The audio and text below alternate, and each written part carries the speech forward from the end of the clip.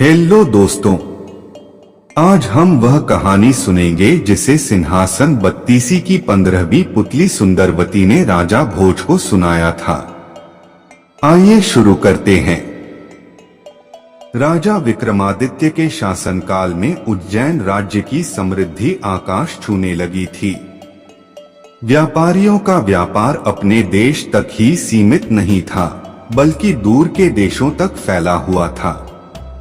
उन दिनों एक सेठ हुआ जिसका नाम पन्नालाल था। वह बड़ा ही दयालु तथा परोपकारी था। चारों ओर उसका यश था। वह दीन दुखियों की सहायता के लिए सतत तैयार रहता था। उसका पुत्र था हीरालाल, जो पिता की तरह ही नेक और अच्छे गुणों वाला था।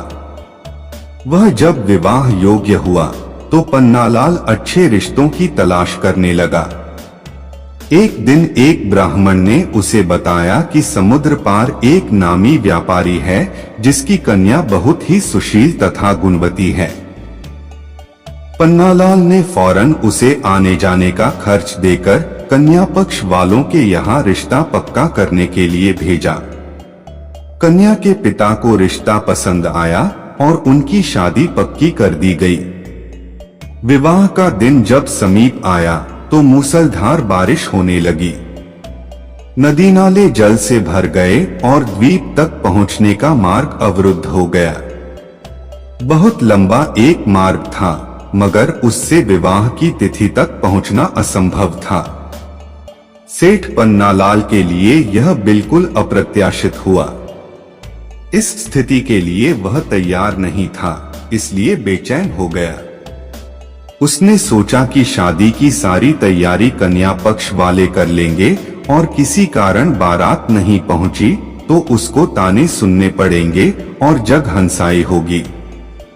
जब कोई हल नहीं सूझा तो विवाह तय कराने वाले ब्राह्मण ने सुझाव दिया कि वह अपनी समस्या राजा विक्रमादित्य के समक्ष रखें।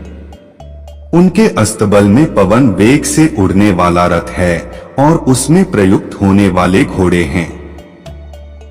उस रथ पर 8-10 लोग वर सहित चले जाएंगे और विवाह का कार्य शुरू हो जाएगा।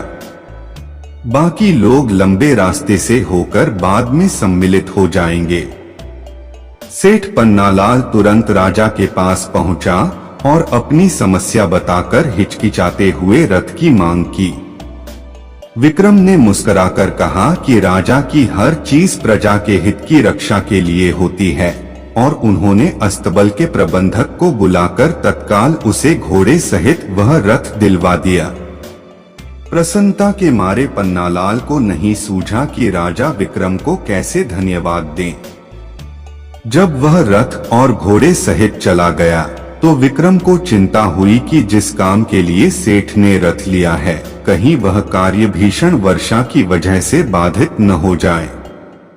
उन्होंने मां काली द्वारा प्रदत्त बेतालों का स्मरण किया और उन्हें सकुशल वर को विवाह स्थल तक ले जाने तथा विवाह संपन्न कराने की आज्ञा दी। जब वर वाला रथ पवन वेग से दौड़ने को तैयार हुआ तो दोनों बेताल छाया की तरह रथ के साथ चल पड़े। यात्रा के मध्य में सेठ ने देखा कि रास्ता कहीं भी नहीं दिख रहा है, चारों ओर पानी ही पानी है, तो उसकी चिंता बहुत बढ़ गई। उसे सूझ नहीं रहा था कि क्या किया जाए। तभी अविश्वसनीय घटना घटी। घोड़ों सहित रथ जमीन के ऊपर उड़ने लगा। रथ जल के ऊपर ही ऊपर उड़ता हुआ निश्चित दिशा में बढ़ रहा था। दरअसल बेतालों ने उसे थाम रखा था और विवाह स्थल की ओर उड़े जा रहे थे।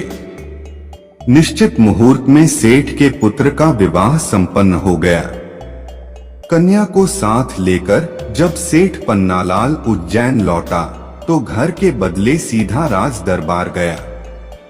राजा विक्रमादित्य ने वर वधू को आशीर्वाद दिया। सेठ पन्नालाल घोड़े और रथ की प्रशंसा में ही खोया रहा। राजा विक्रमादित्य उसका आशय समझ गए और उन्होंने अश्व तथा रथ उसे उपहार स्वरूप भेंट कर दिए।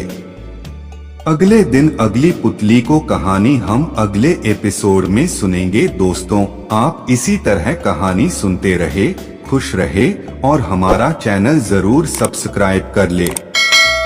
धन्यवाद।